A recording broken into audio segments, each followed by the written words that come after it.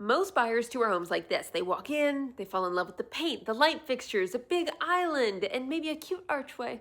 And then they accidentally ignore all the stuff that impacts their life every single day. So I'm going to teach you how to evaluate homes like a pro so you don't end up buying a pretty problem. Here's the method. We have 3 layers, and the key is that you do them in this order. Layer 1 is the layout. So I call this the Tuesday test. Before you look at finishes, ask yourself, can we live here on a normal Tuesday without chaos? Here are the specific questions I want you to ask while you're physically standing inside the house to answer that question.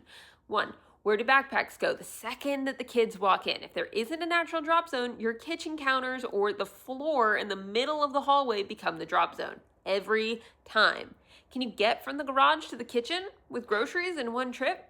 If you have to twist around a door, climb stairs, or squeeze through a narrow hallway, that's daily friction and something that you might fight with your family about. Or is the laundry where you want it? Laundry in a weird location can be fine on day 1, but it's definitely going to be an argument on day 90 when you don't want to do it.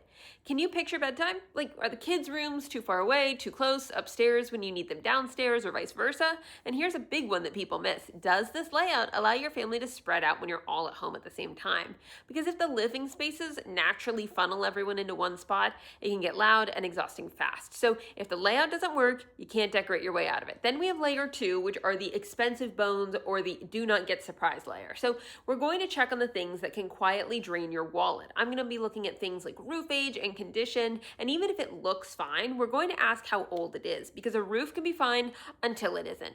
HVAC age and service history are also important. Older systems aren't necessarily bad, but a neglected system is.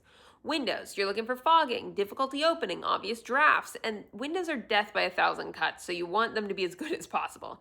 Then we have foundation and drainage.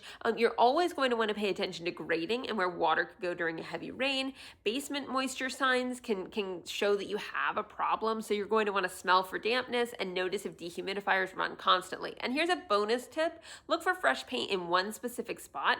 If one wall in a basement looks newer than everything else, it might be nothing, or it might be someone covering a water issue.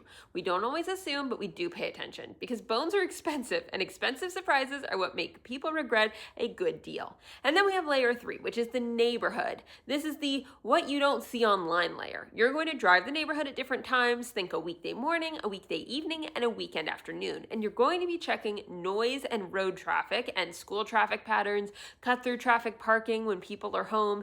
Then you check your real routes. Not, it's 18 minutes on my GPS. Actually, drive it at the time you would drive it. And yes, HOA also matters. Some are chill, some are not chill, and you want the rules before you buy, not after, so you can see if they make sense for you.